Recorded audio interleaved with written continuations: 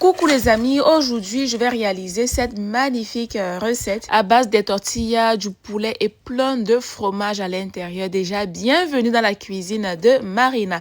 Tout d'abord, j'aurai besoin des blancs de poulet que je vais couper en tout petits morceaux comme dans la vidéo. Je vais ajouter dans une casserole, je vais laisser mijoter 8 minutes et après je vais ajouter l'oignon, le poivron rouge et vert, un peu de sel, l'épice de poulet 100% naturel et le bon cube tout usage aussi naturel. Pour ceux qui veulent arrêter de consommer les épices industrielles, je vous épingle les informations en commentaire et dans la description et les liens sont marqués dans ma bio. Vous mélangez bien le tout et après vous allez ajouter la crème fraîche. Vous laissez bien cuire les légumes. Puis vous ajoutez la mozzarella. La quantité là, ça va dépendre vraiment de vous. Moi, j'ai mis une bonne quantité de mozzarella à l'intérieur. Vous allez bien mélanger et après vous éteignez le feu, laissez refroidir. Pour l'étape suivante, j'aurai besoin des tortillas. Je vais diviser en deux. Ensuite, vous aurez besoin d'un verre et former des petites ronds, des cercles, comme dans la vidéo.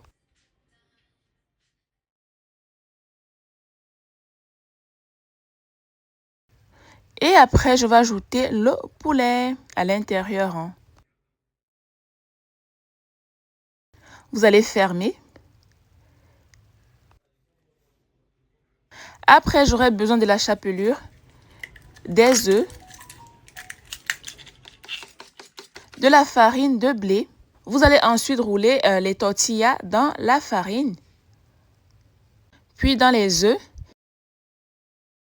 et enfin dans la chapelure. Et pour finir les amis, je vais laisser l'huile bien chauffer et vous allez frire à votre convenance. Par contre, j'ai baissé le feu pour que ça ne brûle pas.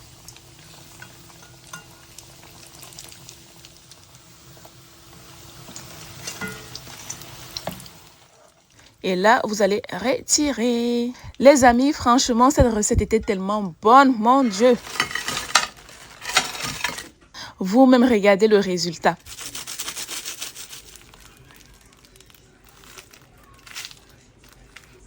C'est bien croustillante comme il faut. Oh là là là là, la cuisine de Marina de ça les amis. N'oubliez pas d'activer la cloche de notification pour ne rien rater. Voilà, dites-moi en commentaire si vous avez déjà réalisé cette recette. N'oubliez pas de liker, de partager et d'enregistrer la recette. On ne sait jamais, ça peut vous aider. Et à demain pour une nouvelle recette. Bisous, bisous.